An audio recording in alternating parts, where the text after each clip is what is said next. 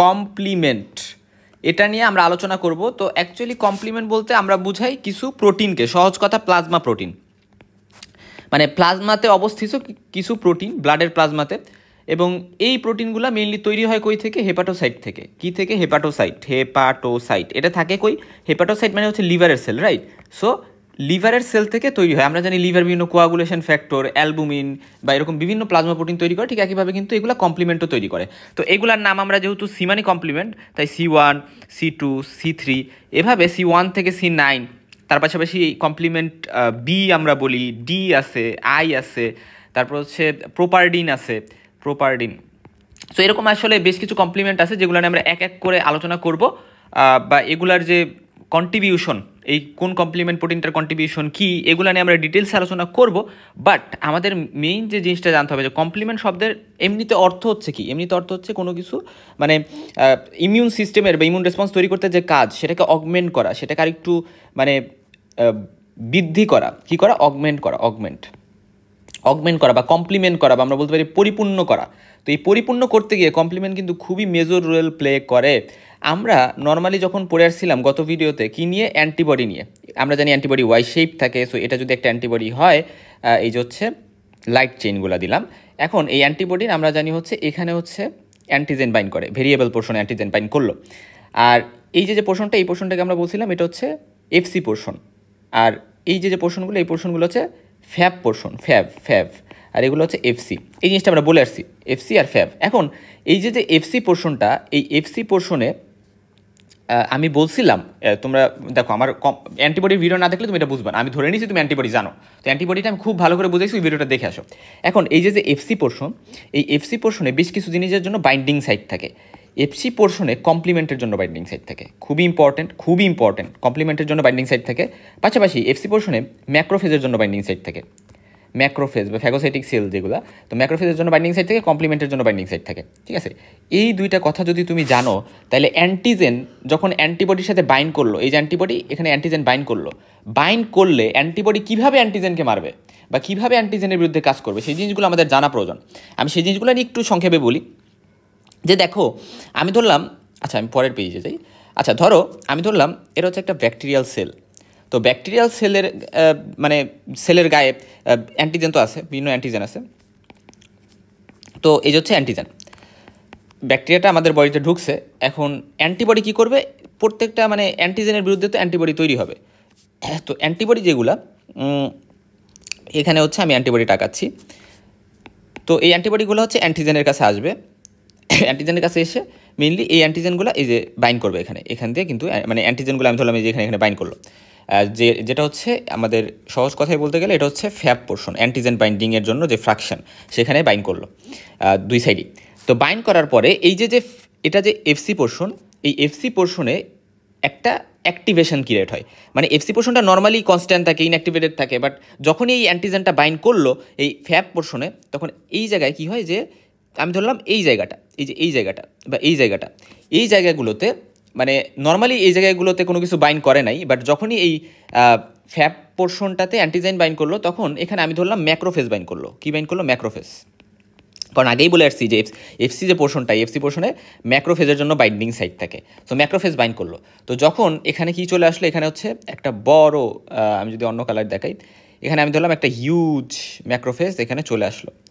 এখন এই যে ম্যাক্রোফেজটা আসলো, এই ম্যাক্রোফেজটা কী করবে? এই ম্যাক্রোফেজটা কিন্তু এই যে অ্যান্টিজেনগুলো এখানে বাইন্ড করছে, এই অ্যান্টিজেনগুলোকে খুব সহজেই ফ্যাগোসাইটোসিস করতে পারবে। ফার্স্ট কথা, অ্যান্টিবডি ধরে রাখছে অ্যান্টিজেনগুলোকে। সেকেন্ড কথা, ম্যাক্রোফেজ আবার বাইন্ড করছে। তো এই অ্যান্টিবডি আর ম্যাক্রোফেজ দুইটা মিলে যেহেতু অ্যান্টিজেনটাকে খাইয়া ফেলবে, তার মানে কি এইটা আরও বেশি এক্সিলারেটেড হচ্ছে, ইনহান্স হচ্ছে ফ্যাগোসাইটোসিসের কাজটা ম্যাক্রোফেজের।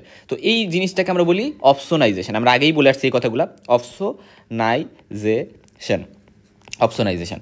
সো এখানে অপসোনিনস হিসেবে কে কাজ করতেছে? অপসোনিন, মানে কে বাড়াচ্ছে কাজটা? ম্যাক্রোফেজ তো এমনিতে ফ্যাগোসাইটোসিস করতে পারতো, বাট অ্যান্টিবডিটা কিন্তু এটাকে আরও অপসোনিনস করতেছে, ত্বরান্বিত করতেছে ফ্যাগোসাইটোসিসটাকে। এই জন্য অপসোনিনটা হচ্ছে এখানে এই অ্যান্টিবডিটা। তো সাধারণত আইজিজি যে অ্যান্টিবডিটা, এটা কিন্তু ভালো অপসোনিন হিসেবে কাজ করে, ঠিক আছে? তো এই জিনিসটা আমি একটু জানলাম। এখন এটা গেল একভাবে, যেভাবে হচ্ছে আমাদের অ্যান্টিজেনটাকে কিল করবে বা অ্যান্টিজেনটাকে খাবে। আরেকটা উপায় হচ্ছে যেটা আচ্ছা দেখো আমাদের লেকচার কিন্তু কমপ্লিমেন্টারি, আমি কমপ্লিমেন্ট এখনও যাই নাই ডিটেলস, আমি জাস্ট একটা বেসিক ধারণা দেওয়ার ট্রাই করতেছি। এটা হচ্ছে অ্যান্টিবডি। তো অ্যান্টিবডিটা এই যে আসলো, এখন এখানে ধরো আমি ধরলাম যে এখানে ব্যাকটেরিয়াল সেল এখানে অনেক বেশি অ্যান্টিজেন আছে, ব্যাকটেরিয়াল সেল মানে সেলে অনেক অ্যান্টিবডি আছে, সো অ্যান্টিবডি থেকে আমি ধরলাম এই যে এখানে হচ্ছে গিয়ে আবার অ্যান্টিজেন বাইন্ড করলো অ্যান্টিবডির গায়ে। এখন আরেকটা মেকানিজম যেটা হইতে পারে যে আমরা জানি এই জায়গা পোর্শনে অর্থাৎ এফসি পোর্শনে এখানে তো ম্যাক্রোফেজ বাইন্ড করলো, এটা একভাবে কাজ করতে পারে। এফসি পোর্শনে কিন্তু কমপ্লিমেন্টের জন্য বাইন্ডিং সাইট থাকে।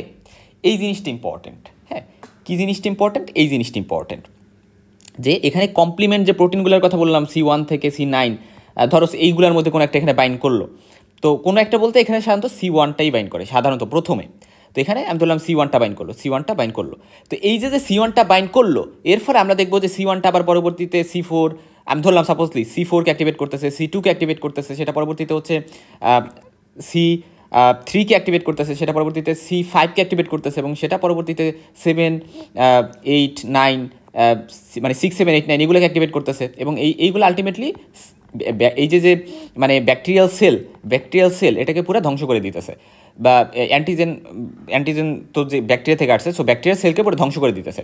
সো এই যে ঘটনাগুলো ঘটতেছে, এই ঘটনাগুলো ঘটতেছে কিসের কারণে? এই কমপ্লিমেন্ট ফিক্সেশন হয়েছে এই অ্যান্টিবডির সাথে, এটা এই কারণে হয়েছে। তো এই কমপ্লিমেন্ট ফিক্সেশন আমরা সাধারণত জানি IgG আর IgM, এই সকল অ্যান্টিবডি সাধারণত এদের কমপ্লিমেন্ট বাইন্ডিং সাইট থাকে এই এফসি পোর্শনে, ঠিক আছে, বা কমপ্লিমেন্ট এদের সাথে যুক্ত হতে পারে।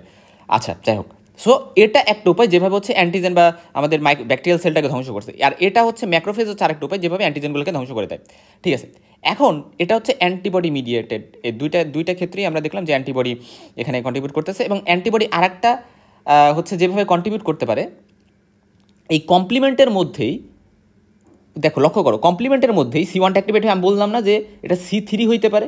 তো এই যে C3টা হইতে পারে, আমাদের যে ম্যাক্রোফেজ থাকে, আমি ধরলাম এটা একটা ম্যাক্রোফেজ, তো এই ম্যাক্রোফেজের এই জায়গাটাতে আমি ধরলাম C3 এর জন্য বাইন্ডিং সাইট আছে। C3 বলতে মেনলি C3bকে বুঝি, বি মানে হচ্ছে বা, মনে রাখবা যে প্রত্যেকটা কমপ্লিমেন্টের প্রত্যেকটা বলতে C1 বাদে বাকি মোটামুটি সবগুলারই হচ্ছে একটা এ কম্পোনেন্ট থাকে, একটা বি কম্পোনেন্ট থাকে। এ মানে হচ্ছে এ বি নর্মালি একসাথেই থাকে, কিন্তু যখন এরা অ্যাক্টিভেটেড হয়, আমি ধরলাম C3 অ্যাক্টিভেটেড হয়েছে, তাহলে এটার এ কম্পোনেন্টটা অ্যাওয়ে চলে যাবে, কি হবে? অ্যাওয়ে বা দূরে চলে যাবে, আর বি কম্পোনেন্টটা বাউন্ড অবস্থায় থাকবে C3-র সাথে।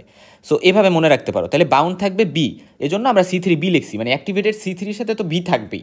তাহলে এই C3bটা এখান থেকে C3bটা মানে C3b পর্যন্ত যখন আসছে, তখন এটা কি করে? এই C3bটা বের হয়ে এসে এরা ডাইরেক্টলি ম্যাক্রোফেজের সাথে বাউন্ড হয়েছে। সো তখন ম্যাক্রোফেজটা আবার কি করলো? তখন ম্যাক্রোফেজটা হচ্ছে ফ্যাগোসাইটোসিস করলো, ফ্যাগোসাইটোসিসের যে ক্যাপাসিটি সেটাকে অনেক বাড়াই দেয়। সো এই C3b যেটা, এটাও কিন্তু এখানে একটা অপশনিন হিসেবে কাজ করতেছে। সো আলটিমেটলি বিষয়টা দাঁড়াইলো যে এটা হচ্ছে ডাইরেক্ট অপশনাইজেশন ছিল, এটা ইনডাইরেক্ট অপশনাইজেশন। মানে অপশনাইজেশন তো ম্যাক্রোফেজই কাজটা করবে, ফ্যাগোসাইটোসিস করবে, বাট সেটার কাজে অপশনিন যেগুলো মানে C3b বলো, এই যে একটা কমপ্লিমেন্ট, বা এখানে আমরা দেখলাম হচ্ছে এই অ্যান্টিবডিটাই ডাইরেক্টলি হচ্ছে গিয়া কী করতেছে? ফ্যাগোসাইটোসিসের কাজটা বাড়াই দিতেছে। সো এই যে বিষয়গুলো, এই তিনটা ভাবে কিন্তু অ্যান্টিবডি কন্ট্রিবিউট করতে পারে, ঠিক আছে। ওভারঅল কথা, ডাইরেক্ট অপশনাইজেশন, ইনডাইরেক্ট অপশনাইজেশন, একটা হচ্ছে ডাইরেক্টলি কমপ্লিমেন্টের মাধ্যমে এভাবে এই যে C5, 6, 7, 8 এই কমপ্লেক্সটাকে আমরা বলি মেমব্রেন অ্যাটাক কমপ্লেক্স। এটা পরবর্তীতে ব্যাকটেরিয়াল মেমব্রেনকে পোর তৈরি করে ফেলে, এবং পরবর্তীতে ব্যাকটেরিয়ার মধ্যে ঢুকে এটা পুরো ব্যাকটেরিয়াকে কিল করে ফেলে। এখন এই যে এর মধ্যে এই যে রুটটা, আমরা এই রুটটা নিয়ে ইন ডিটেলস আলোচনা করব যে কীভাবে মেমব্রেন অ্যাটাক কমপ্লেক্স গঠিত হয়, এবং এখানে কমপ্লিমেন্ট যে প্রোটিনগুলো আছে সেগুলোর রোল কী, ইন ডিটেলসে আমরা সেই জিনিসগুলো জানবো, এবং পুরা ভিডিওতে স্টে উইথ মি। হ্যাঁ, সো এখন আসো যে আমরা এখন একটু চলে যাই যে কমপ্লিমেন্ট কাকে বলে। কমপ্লিমেন্ট হচ্ছে কালেকটিভ টার্ম যেটা used to designate a group of plasma proteins, যেখানে যেটার নাম্বার অ্যাটলিস্ট 20-র মতো হবে, 20টার মতো হবে। এবং সাধারণত আরেকটা ইম্পর্টেন্ট কথা আমি বলি এখানে, যে নর্মালি হয় কি, যে ধরো এই যে আমি ধরলাম মানে সাপোজ এই যে লিভার, আমি একেবারে বাজে আঁকাইছি, তো ধরলাম এটা হচ্ছে লিভার। তো এই লিভার থেকে হচ্ছে কী তৈরি হলো? কমপ্লিমেন্টগুলো তৈরি হয়। কমপ্লিমেন্টগুলো তৈরি হয় কই যায়? সার্কুলেশন, এই যে হচ্ছে সার্কুলেশন। সো কমপ্লিমেন্ট তৈরি হয়, সার্কুলেশনে চলে আসে। তো সার্কুলেশনে আইসা এই যে ধরো কমপ্লিমেন্ট 1, 2, 3 এগুলা কিন্তু ইনঅ্যাক্টিভেট অবস্থায় থাকে, বা প্রো এনজাইম আমরা বলতে পারি, প্রো এনজাইম অবস্থায় থাকে। তো এরা এই প্রো এনজাইম অবস্থায় নর্মালি থাকে যখন বডিতে দরকার হয়, ইমিউন রেসপন্স তৈরি হয়েছে এবং বিভিন্ন মাইক্রো অর্গানিজম ঢুকছে, ইনফ্লামেশন তৈরি হয়েছে। ইনফ্লামেশন তৈরি হলে যেটা হয় যে ভেসোডাইলেটেশন হয় এবং ভেসোডাইলেটেশন হইলে পাশাপাশি এখানে ভাস্কুলার পারমিয়েবিলিটি বেড়ে যায় এবং এখান দিয়ে দেখা যায় যে হচ্ছে এগুলো বের হয়ে আসে, মানে মাইক্রো সার্কুলেশনের ভাস্কুলার পারমিয়েবিলিটি বেড়ে গেলে মানে বাহিরে হচ্ছে এই কমপ্লিমেন্টগুলো চলে আসে এবং চলে আসলে এই কমপ্লিমেন্টগুলো কিন্তু ওই যে সাইট অফ অ্যাকশন সেখানে চলে যাবে। আইদার এটা মানে অ্যান্টিবডির সাথে বাইন্ড করবে, অ্যান্টিবডির এফসি পোর্শনের সাথে, অথবা এটা হচ্ছে ম্যাক্রোফেজের সাথে যে C3b আছে সেটা বাইন্ড করতে পারে, ঠিক আছে, বা এদের যে অন্যান্য ফাংশন সেগুলো এরা শো করবে। সো এইভাবে এরা হচ্ছে এরা ফাংশন শো করে। আচ্ছা, এই জন্য এরা আমরা বলতে পারি যে নর্মালি ইনঅ্যাক্টিভেট অবস্থায় থাকে, অ্যাক্টিভেটেড হয় যখন হচ্ছে দরকার হয় বায়োলজিক্যাল এফেক্ট এক্সার্ট করার জন্য, এদের যে এফেক্ট এক্সার্ট করার জন্য। আচ্ছা, ঠিক আছে। সো এটা গেল। এখন আসো কম্পোনেন্টস যদি বলি, 20টা প্রোটিন অ্যাপ্রক্সিমেটলি থাকতে পারে, যেমন C1 থেকে C9 পর্যন্ত আছে। তারপরে ফ্যাক্টর বি, ফ্যাক্টর ডি, এগুলোকে আমরা ফ্যাক্টর বলি, ফ্যাক্টর বি, ফ্যাক্টর ডি, তারপরে ফ্যাক্টর এইচ, ফ্যাক্টর আই, তারপর হচ্ছে প্রোপারডিন, তারপরে C1 ইনহিবিটর। এটাকে C1 ইনহিবিটর একটা নাম হচ্ছে C1 এস্টারেস, এই নামটা একটু মনে রাখতে হবে, C1 এস্টারেস। হ্যাঁ, আচ্ছা, তারপর C4 বাইন্ডিং প্রোটিন এস, ঠিক আছে। সো এরকম অনেকগুলা কিন্তু আছে, এগুলো মেনলি লিভার, ম্যাক্রোফেজ, ফাইব্রোব্লাস্ট থেকে তৈরি হয়। এবং পাশাপাশি ইম্পর্টেন্ট ক্রাইটেরিয়া বলতে এরা হিট লেভেল হয়, এই জিনিসটা আমি একটু জানবো, মানে কিছু প্রপার্টি। হ্যাঁ, হিট লেভেল বলতে মানে কি, হিট লেভেল মানে হচ্ছে এরা হিট দ্বারা ডিস্ট্রয়েড হয়ে যায়। সাধারণত যদি 56 ডিগ্রি সেন্টিগ্রেড তাপমাত্রায় 30 সেকেন্ড এদের রাখা হয় এই প্রোটিনগুলো, তাহলে কিন্তু এরা মানে সেরামই তো এগুলো থাকে, প্লাজমা বা সেরামে, সো তখন এগুলো ডিস্ট্রয়েড হয়ে যাবে এবং এগুলো পুরো এনজাইমস হিসেবে থাকে। এবং অ্যাক্টিভ এনজাইমসে যদি ফর্ম করতে হয় তাহলে কিন্তু এদেরকে ক্লিভড করা লাগবে, অর্থাৎ দেখা যায় যে C1, তো C1টা ধরো অ্যাক্টিভেটেড হইলো কোথায়, এফসি পোর্শনের সাথে বাইন্ড করে অ্যান্টিবডি, তারপরে এরা C2কে বা C4কে যখন অ্যাক্টিভেট করবে, আমি ধরলাম, তাহলে C4কে যখন অ্যাক্টিভেট করবে তখন কিন্তু এটাকে মানে C4টা কী হবে, C4টা তো ইনঅ্যাক্টিভেট অবস্থায় আছে, সো C4টা তখন অ্যাক্টিভেটেড যখন করবে তখন C4টা হচ্ছে ক্লিভড হয়, ভেঙে যায়, ভেঙে হচ্ছে ধরো C4A হইলো, C4 মানে বি হইলো, 4A 4B হইলো, তো এই পরবর্তীতে এটা চলে যায়, যেহেতু বলছিলাম A মানে অ্যাওয়ে, B মানে বাউন্ড, তো তখন C4Bটা থেকে যায়। আচ্ছা, দেখো এই জিনিসগুলো আমরা জানবো। এখন এই যে দেখো সেম কথাটা এখানে বলছে। এখন আসো আরেকটা কথা, যে এখানে কেন C1, C2, C3 এরকম নাম হইলো, ব্যাপারটা হচ্ছে যেটা আগে আবিষ্কৃত হয়েছে বা যেটা আগে পাওয়া গেছে ওইটার নাম আগে হয়েছে, মানে C1 বা C2 এইভাবে অর্ডারলি, মানে কীভাবে ইনভেন্টেড হয়েছে এর উপরে। এটা C1 C3 মানে এই না যে এটা C1 মানে এটা আগে কাজ করবে বা C2 মানে এটা পরে তারপরে কাজ করবে, ব্যাপারটা এরকম না, যদিও C1 আসলে আগেই কাজ করে, মানে ক্লাসিক্যাল। আচ্ছা, এখানে আবার কথা আছে যে কমপ্লিমেন্ট যে কাজ করে, কমপ্লিমেন্ট যে অ্যাক্টিভেশন হয়, এটার কিছু পাথওয়ে আছে, 3টা পাথওয়ে আমরা বলি। একটা হচ্ছে ক্লাসিক্যাল পাথওয়ে, যেটা আমরা একটু আগে দেখে আসছি না, যে অ্যান্টিবডির সাথে এফসি পোর্শনের সাথে বাইন্ড করে, ওটা হচ্ছে ক্লাসিক্যাল পাথওয়ে, যেটা মেনলি অ্যাকোয়ার্ড ইমিউনিটির পার্ট, কারণ অ্যান্টিবডি তো তৈরি হয় অ্যাকোয়ার্ড ইমিউনিটি, তো অ্যান্টিবডির সাথে যেহেতু বাইন্ড করে এটা কাজ করে এই কমপ্লিমেন্টগুলো, তাহলে ক্লাসিক্যাল পাথওয়ে। আর ইনেট ইমিউনিটি, যেখানে হচ্ছে ধরো তোমার অ্যান্টিবডি তৈরি হয় না, বাট স্টিল তোমার মাইক্রো অর্গানিজমগুলোতে কিল করার জন্য তোমার এখন কমপ্লিমেন্ট লাগবে, তো সেটার জন্য 2টা পাথওয়ে আছে। একটাকে আমরা বলি অল্টারনেট পাথওয়ে, একটাকে আমরা বলি ল্যাকটিন পাথওয়ে। তো এইগুলো নিয়ে আমরা জানবো, জাস্ট আমরা বেসিক কথাগুলো বলে রাখলাম। এই যে দেখো এখানে লেখা আছে। তো এই পাথওয়েগুলো নিয়ে এখন হচ্ছে আমরা আলোচনা করব, ঠিক আছে। আমরা এখন এই পাথওয়েগুলো নিয়ে আলোচনা করব। এখানে অনেক কিছু লিখছে, বাট আমি আমার মতো করে ফার্স্টে বুঝাই, তারপরে আমি ওই জিনিসটা বুঝাই দেবো, একটা চার্ট বুঝাই দিলে হয়ে গেল, দেন তোমাদের আর হচ্ছে জাস্ট একবার রিডিং পড়বা হয়ে যাবে। এখন আসো যে ফার্স্টে ধরো ক্লাসিক্যাল পাথওয়ে, যেটা এটার জন্য আমি আগেই বলছি, এটার জন্য হচ্ছে অ্যান্টিবডিটা ফর্মেশন হওয়া লাগবে, তো অ্যান্টিবডিটা ধরো আমি ফর্মেশন হইলো, ঠিক আছে,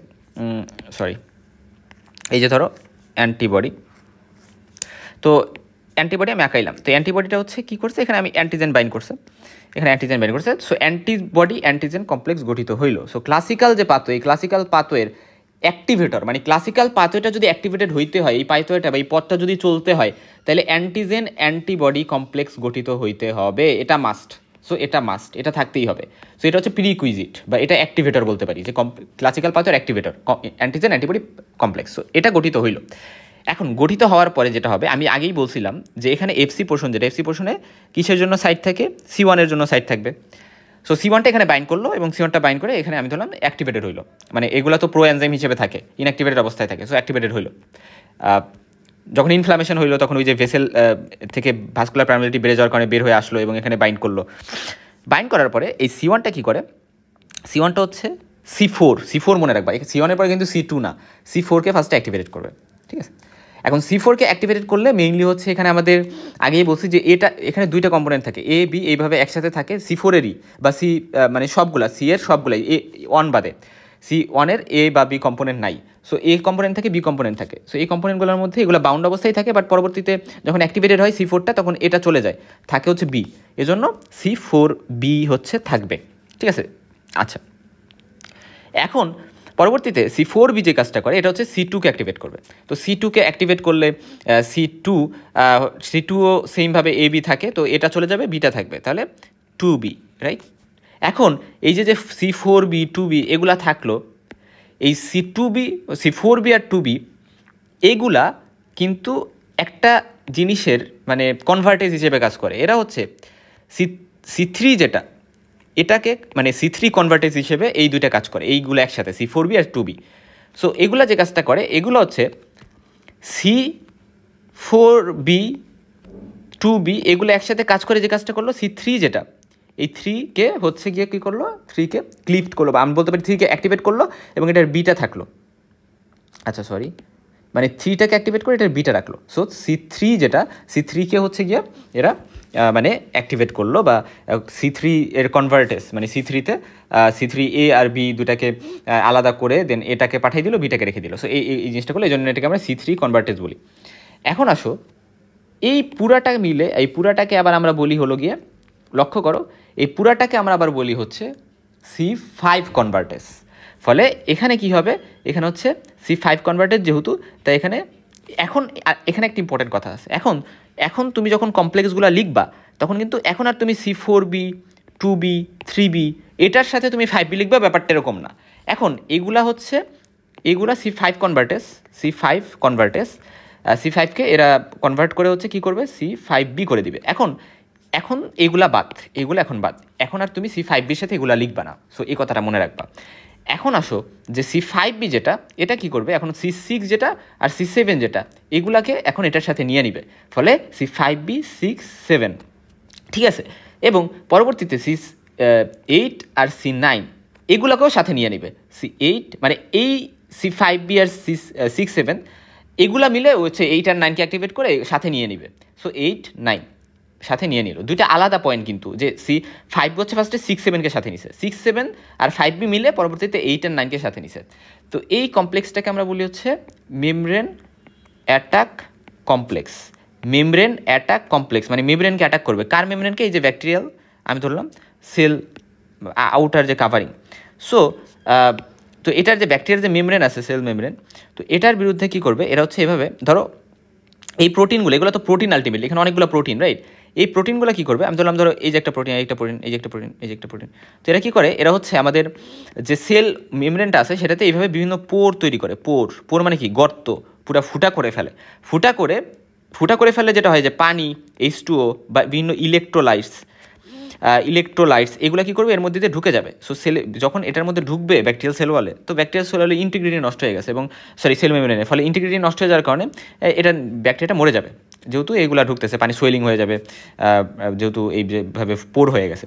সো এই মেমব্রেন অ্যাটাক কমপ্লেক্স যেটা, এটাই হচ্ছে আমাদের সব পাথোয়, আমি বলছি এটা ক্লাসিক্যাল পাথোয়, বাট আমি অল্টারনেট পাথোয় বলি, লেকটিন পাথোয় বলি, সব জায়গায় কিন্তু এই মেমব্রেন অ্যাটাক কমপ্লেক্স দিয়েই কাজ করে।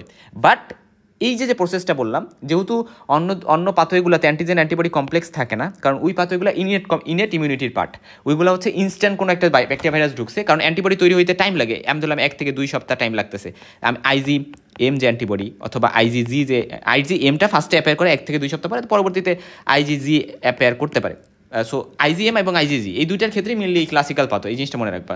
এরপরে আসা যাক হচ্ছে অল্টারনেট যে পাথো, এটাতে যেটা মেনলি হয়, এটার ক্ষেত্রে আমাদের যে জিনিসটা মাথায় রাখতে হবে, এখানেও তো একটা অ্যাক্টিভেটর লাগবে। ওখানে যেমন মানে ক্লাসিক্যাল পাথোতে যেমন অ্যান্টিজেন মানে অ্যান্টিবডি, তারপর হচ্ছে অ্যান্টিজেন কমপ্লেক্স দরকার ছিল, ঠিক একইভাবে অল্টারনেট পাথওয়েতেও কিন্তু একটা অ্যাক্টিভেটর আছে, এবং সেই অ্যাক্টিভেটর আমরা বলি অ্যান্ডোটক্সিন। কি বলি, অ্যান্ডোটক্সিন। সো অ্যান্ডোটক্সিন হচ্ছে এখানে অ্যাক্টিভেটর হিসেবে কাজ করে। তো অ্যান্ডোটক্সিন বলতে সাধারণত গ্রাম নেগেটিভ যে ব্যাকটেরিয়াগুলো আছে, গ্রাম নেগেটিভ ব্যাকটেরিয়াগুলোতে আমরা জানি হচ্ছে কী থাকে, মানে পেপটিডোগ্লাইকান খুব কম থাকে, বাট বাইরে একটা আউটার মেমব্রেন থাকে। তো এই জন্য মনে রাখবা যে অ্যাকচুয়ালি আউটার মেমব্রেন যেহেতু থাকে, এবং এখানে আউটার মেমব্রেন মেনলি লাইপোপলিস্যাকারাইডের গঠিত হয়, লাইপোপলিস্যাকারাইড। তো এই লাইপোপলিস্যাকারাইডটাই হচ্ছে মেনলি অ্যান্ডোটক্সিন হিসেবে কাজ করে। তো এই লাইপোপলিস্যাকারাইড যে সকল ব্যাকটেরিয়া আছে, যেমন ধরো নিসেরিয়া গনোরি, ঠিক আছে। তো এই নিসেরিয়া গনোরি যেটা হচ্ছে আমরা বলি হচ্ছে গনোরিয়া করে, অর্থাৎ গণকক্কাই বা নিসেরিয়া মেনিনজিটাইটিস, যেটা হচ্ছে মেনিনজাইটিস করে। সো এই জিনিসগুলো হচ্ছে গিয়ে তো এইগুলার ক্ষেত্রে হচ্ছে মেনলি আমাদের লাইপোপলিস্যাকারাইড থেকে, অর্থাৎ এগুলো গ্রাম নেগেটিভ ব্যাকটেরিয়া, তাহলে এগুলার ক্ষেত্রে মেনলি অল্টারনেট পাথওয়েটা হচ্ছে অ্যাক্টিভেটেড হবে। তাহলে অল্টারনেট পাথওয়েটা এই সকলের ক্ষেত্রে অ্যাক্টিভেটেড হবে। এখন অল্টারনেট পাথওয়ের মেকানিজমটা কি সেটা আমরা একটু দেখব। তো লক্ষ্য করো যে অল্টারনেটিভ পাথওয়েতে যেটা হয়, আমি ধরলাম যে এই যে হচ্ছে একটা ব্যাকটেরিয়া এবং ব্যাকটেরিয়ার বাইরে এই যে লিপোপলিস্যাকারাইড আছে, অ্যান্ডোটক্সিন হিসেবে কাজ করতেছে। আমি ধরলাম এগুলা হচ্ছে মানে অ্যান্ডোটক্সিন হিসেবে কাজ করতেছে। তো ডাইরেক্টলি যে কাজটা করে আমাদের যে C3 কমপ্লিমেন্টটা আছে, ওইটা ডাইরেক্টলি এসে কী করে এখানে মানে C1 C2 বা মানে ওইগুলার কোনো কাজ নাই, C4 এগুলার কাজ নাই। C3টা ডাইরেক্টলি এসে এখানে হচ্ছে বাইন্ড করবে অ্যান্ডোটক্সিনের সাথে। তো যখন বাইন্ড করার পরে হচ্ছে C3টা কী হবে, C3টা C3b থেকে যাবে, এবং C3bর পাশাপাশি আমরা বলছিলাম না যে ফ্যাক্টর বি থাকে একটা কমপ্লিমেন্ট। সো বিটা হচ্ছে ফ্যাক্টর বিটা অ্যাক্টিভেটেড হবে। তাহলে ফ্যাক্টর বি অ্যাক্টিভেটেড হলে এখানে আমরা বিবি পাবো, কারণ আলটিমেটলি এখানেও দুইটা কম্পোনেন্ট থাকে, ফ্র্যাগমেন্ট থাকে এ আর বি। তো এটা চলে যাবে অ্যাওয়ে আর বিটা বাউন্ড করে থাকবে, তাহলে বিবি পাবো। আর এর পরবর্তীতে মানে থ্রি বি যেটা C3b, এটা হচ্ছে এটাকে অ্যাক্টিভেট করছে, মানে ব্যাপারটা এরকম, কারণ সবসময় এটাই মনে রাখবা। তো এটা পরবর্তীতে কী করবে, আবারও থ্রি বি রেখে দিবে, অর্থাৎ আবারও C3কে অ্যাক্টিভেট করতেছে। সো বারবার থ্রির ক্ষেত্রে এখানে কিন্তু অনেক কাজ, রাইট। এবং এইগুলা সবগুলা মিলে এখানে হচ্ছে এরা C5 কনভার্টেজ হিসেবে কাজ করে, এবং এরা C5 কনভার্টেজ হিসেবে কাজ করা মানে কি, এরা হচ্ছে C5b ক্রিয়েট করবে, এবং পরে 5b কী করে আমরা জানি যে পরবর্তীতে 5b হচ্ছে 6-7কে সাথে নেয়, এবং পরবর্তীতে 8-9কে সাথে নেয়, এবং এইভাবে এটা হচ্ছে মেমব্রেনের এক কমপ্লেক্স হিসেবে কাজ করে। সো দেখো এইগুলাই কিন্তু এখানে লেখা আছে, আশা করি বুঝতে পারবা। ল্যাকটিন পাথওয়ে কিছু ব্যাকটেরিয়া আছে, ব্যাকটেরিয়াগুলোর নাম যদি আমি একটু বলি, যেমন ধরো হিমোফাইলাস ইনফ্লুয়েঞ্জা, বা হচ্ছে ধরো স্ট্রেপ্টোকক্কাস নিউমোনি, অথবা ধরো ক্লেফশিয়েলা। এই যে ব্যাকটেরিয়াগুলা, এই ব্যাকটেরিয়াগুলার গায়ে বলতে কিসের গায়ে বলতে এদের যে ওয়ালে দেখা যায় যে এক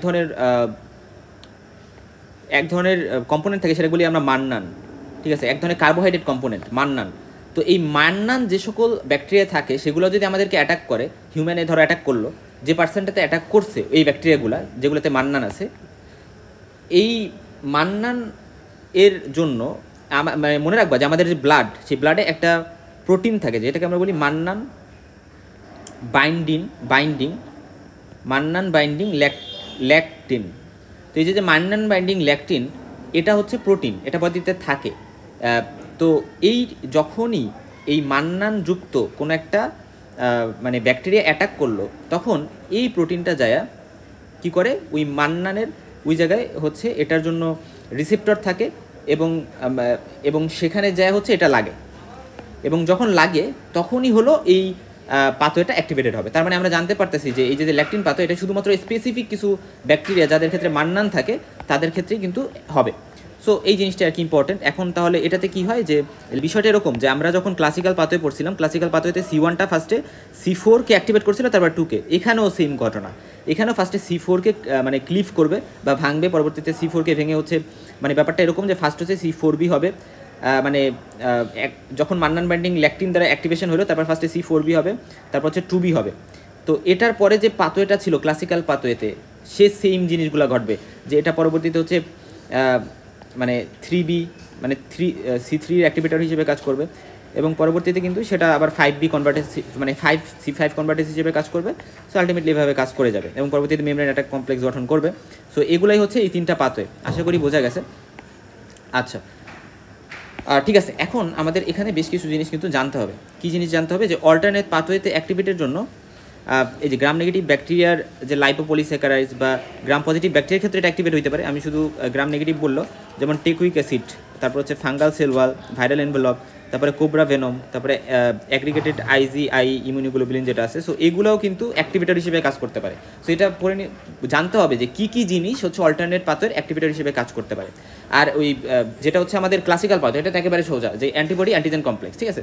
যেমন দেখো এখানে কিছু ব্যাকটেরিয়া, যেমন ধরো স্ট্রেপ্টোককাস নিউমোনি, ক্লেপশিয়েলা, হিমোফাইলাস ইনফ্লুয়েঞ্জা, এগুলো হচ্ছে ল্যাকটিন পাথওয়ের অ্যাক্টিভেটর হিসেবে কাজ করে, কারণ এগুলোতে মান্নান থাকে, একটা বলতে পারি সুগারের একটা পলিমার, হ্যাঁ। সো এই জিনিসটা ইম্পর্টেন্ট।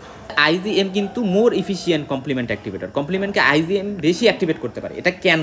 এটা খুব ইম্পর্টেন্ট, মনে রাখতে হবে যে যেহেতু আমাদের আইজিএম এটা যখন আমাদের মানে প্লাজমা সেল থেকে তৈরি হয় তখন এটা পেন্টামার হিসেবে থাকে, এজন্য এরা অনেক অ্যান্টিজেনের সাথে মানে এদের তো অনেকগুলা কি থাকে, ফলে এদের অনেকগুলা এফসি পোর্শন থাকে।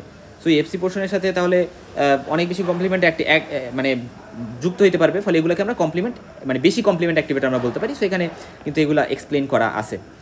এখন আসো যে এই ল্যাকটিন আর অল্টারনেট পাথওয়ে এই দুটা কিন্তু বেশি ভালো, মানে এইগুলা কেন ভালো, মানে ক্লাসিক্যাল পাথওয়ে থেকে এই দুটাকে ভালো, কারণ এই দুটা হচ্ছে আমাদের মানে সবগুলোই ভালো, বাট এইগুলো বেশি ভালো এই কারণে, কারণ এগুলো আমাদের শুরুতেই একটা প্রোটেকশন দেওয়ার জন্য হেল্প করবে, ঠিক আছে। কিন্তু ক্লাসিক্যাল পাথওয়ে তো পরে যে হেল্প করবে। সো এটাই যে যখন আমাদের অ্যান্টিবডি তৈরি হয় নাই বডিতে, তখনও এগুলো সাপোর্ট দিচ্ছে। আচ্ছা, এরপরে আসো যে অ্যাকচুয়ালি তাহলে আমাদের যে মানে কমপ্লিমেন্ট সিস্টেম, এটার কাজ কি? এটা সেল লাইসিস করতেছে। কী সেল লাইসিস? ব্যাকটেরিয়াল বা ফাঙ্গাল সেল, ঠিক আছে, এগুলোকে লাইসিস করতেছে। তারপর হচ্ছে অপসোনাইজেশন।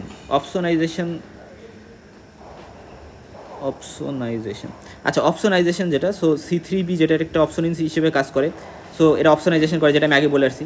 তারপরে আমরা বলতেছিলাম না যে C5 যেটা, এটারও তো সেম, এ একটা কম্পোনেন্ট থাকবে, বি একটা ফ্র্যাগমেন্ট থাকবে। সো এর মধ্যে বিটা হচ্ছে বাউন্ড থাকবে, এটা হচ্ছে অ্যাওয়ে চলে যাবে। তাহলে অ্যাওয়ে চলে গিয়ে কি এটার কোনো কাজ নাই? আনসার হচ্ছে আছে। এটা হচ্ছে কেমোট্যাক্সিসে হেল্প করবে, মানে কোনো এক জায়গায় যখন ইনফেকশন হয়েছে তখন নিউট্রোফিলসকে অ্যাট্রাক্ট করবে যে তুমি বেশি বেশি হচ্ছে ইনফ্লামেশন করতে হেল্প করো। এবং C5b67ও এটা একটা কেমোট্যাকটিক সাবস্ট্যান্স হিসেবে ইউজ করতে পারে। সো আমাদের কোনগুলো কেমোট্যাকটিক সাবস্ট্যান্স, যেমন হচ্ছে C5a, C5b67 এগুলা। তারপরে অ্যানাফাইলাটক্সিন নামে একটা টার্ম আছে, C3a, ঠিক আছে, এগুলো তো চলে গেছিলো মানে রিয়াকশন ছেড়ে। C3a, 4a, 5a, এই তিনটাকে আমরা বলি অ্যানাফাইলাটক্সিন। অ্যানাফাইলাটক্সিন মানে যেটা, দেখো এটার একটা ইম্পর্টেন্ট রোল হচ্ছে আমাদের যে ধরো ম্যাস্ট সেল, কী সেল? ম্যাস্ট সেল বা বেজোফিল, এগুলার ভিতরে আমরা জানি কী থাকে? হিস্টামিন থাকে। তো এদের গায়ে হচ্ছে গিয়ে এই C3a, 4a, 5a এগুলো লাগতে পারে, এবং এগুলো লেগে কী করে?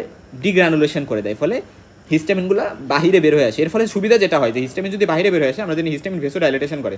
তো হিস্টামিন যদি ভেসোডাইলেটেশন করে, ফলে কী হবে? যে আমাদের বেশি বেশি কিন্তু এই যে কমপ্লিমেন্টও তাহলে বের হয়ে আসবে ব্লাড থেকে বেশি বেশি কমপ্লিমেন্ট বাইরে বের আসবে, এবং প্রসেসটা, ইমিউন রেসপন্সটা ভালো হবে।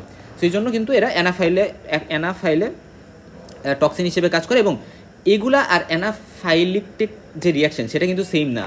কারণ হচ্ছে অ্যানাফাইলিকটিক রিয়াকশনে যেটা হয়, এটা ধর মানে একটা ম্যাস্ট সেল, তো ম্যাস্ট সেলের গায়ে হচ্ছে তখন IgE অ্যান্টিবডি থাকে, এটা আমি বলতেছি অ্যানাফাইলিকটিক রিয়াকশনের কথা। সো IgE অ্যান্টিবডি থাকে, এবং এখানে যখন অ্যান্টিজেনটা বাইন্ড করে তখন দেখা যায় যেখান থেকে ডিগ্রানুলেশন হয় এবং অ্যানাফাইলিকটিক রিয়াকশন হয়, যেটা খুবই খারাপ, ঠিক আছে।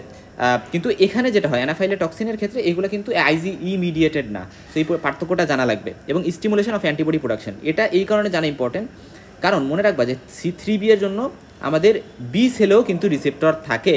সো বি সেলে আমরা বলছিলাম যে বি সেল যেটা, সেটাতে আমরা জানছি যে IgM এর রিসেপ্টর থাকে, বাট C3b এর জন্য কিন্তু মানে C3b কিন্তু বাইন্ড করতে পারে এখানে, এবং যখন এই রিসেপ্টরে বাইন্ড করবে তখন কিন্তু বেশি বেশি এটা অ্যাক্টিভেটেডে বেশি বেশি প্লাজমা সেলে কনভার্ট হবে, এবং প্লাজমা সেল থেকে বেশি বেশি অ্যান্টিবডি তৈরি হবে।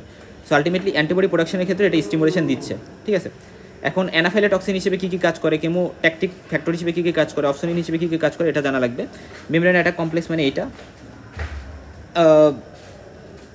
এখন কমপ্লিমেন্ট সিস্টেমকে হচ্ছে রেগুলেশন করার জন্য বেশ কিছু জিনিস দায়ী, যেমন হচ্ছে C1 ইনহিবিটর। তারপর হচ্ছে C1 ইনহিবিটর যেটা, দেখো আমাদের অ্যাকচুয়ালি C1 এটা তো ওই যে ক্লাসিক্যাল পাথওয়েতে মানে FC portion of the antibody এখানে বাইন্ড করলো।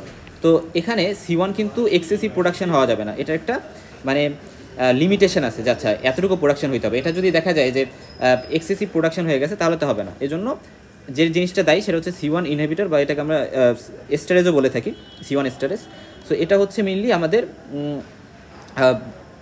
C1-এর যে লেভেল সেটাকে মানে নর্মাল রাখবে, কারণ দেখা যায় যে যাদের ক্ষেত্রে এই C1 ইনহিবিটর এটা আবার অ্যাবসেন্ট, মানে বেশিও হওয়া যাবে না কমও হওয়া যাবে না। C1 অ্যাবসেন্ট যাদের কনজেনিটালি, তাদের ক্ষেত্রে একটা টার্ম হইতে পারে, একটা কন্ডিশন, সেটাকে বলি আমরা অ্যানজিওইডিমা। তো অ্যাকচুয়ালি অ্যাঞ্জিও ইডিমা যেটা, এটা হচ্ছে এমন একটা সোয়েলিং কন্ডিশন যেটা বিভিন্ন ডিপ লেয়ারকে হচ্ছে ইনভলভ করে, যেমন হচ্ছে লিপস, তারপর হচ্ছে ফেস, সো এরকম বিভিন্ন জায়গা, তারপরে থ্রট, এগুলাকে সোয়েল করে ফেলবে, এটাকে আমরা অ্যাঞ্জিও ইডিমা বলি। ডিকে অ্যাক্সিলারেটিং ফ্যাক্টর নামে একটা টার্ম আছে, এটা মেইনলি যে কাজটা করে যে আমাদের ম্যাক যে কমপ্লেক্স সেটাকে একটা মানে একটা নর্মাল লেভেলে রাখে, যাতে আমাদের নিজস্ব যে সেল, নিজের যে সেল সেটাকে যেন ধ্বংস করে না দিতে পারে। ঠিক আছে, বাহিরের জিনিসগুলোকে ধ্বংস করতেছে ঠিক আছে, কিন্তু ম্যাক এমন লেভেলে তৈরি যাতে না হয়ে যায় যাতে আমার নিজের সেলকেই ধ্বংস করে ফেলে। ঠিক আছে, আচ্ছা এখন বিভিন্ন কমপ্লিমেন্টের ডেফিসিয়েন্সির কারণে বিভিন্ন ডিজিজ হইতে পারে। যেমন ধরো C2 আর 4, এটা ডেফিসিয়েন্সির কারণে এসিএলই বা সিস্টেমিক লুপাস এরিথ্রোমেটোসাস সেটা হইতে পারে। C3 এর কারণে পায়োজেনিক ব্যাকটেরিয়াল ইনফেকশন হইতে পারে। তারপর হচ্ছে C5 এবং 8 কারণে হচ্ছে নিসেরিয়া ব্যাকটেরিয়া হইতে পারে। তারপর হচ্ছে প্রোপারডিন এবং ফ্যাক্টর ডি এর কারণে পায়োজেনিক ব্যাকটেরিয়াল ইনফেকশন হইতে পারে। C1 এস্টারেস ইনহিবিটর যেটা, এটার ইনহিবিশনের কারণে হচ্ছে অ্যাঞ্জিওইডিমা হইতে পারে। ডিকে অ্যাক্সিলারেটিং ফ্যাক্টরের কারণে প্র্যাক্সিসিমল নকটার্নাল হিমোগ্লোবিনুরিয়া হইতে পারে। ঠিক আছে, ঠিক আছে, এই জিনিসটা খুবই ইম্পর্টেন্ট। প্র্যাক্সিসিমল পিরিয়ডিক, নকটার্নাল মানে রাতে, হিমোগ্লোবিনুরিয়া মানে ইউরিনের সাথে হিমোগ্লোবিন যাওয়া।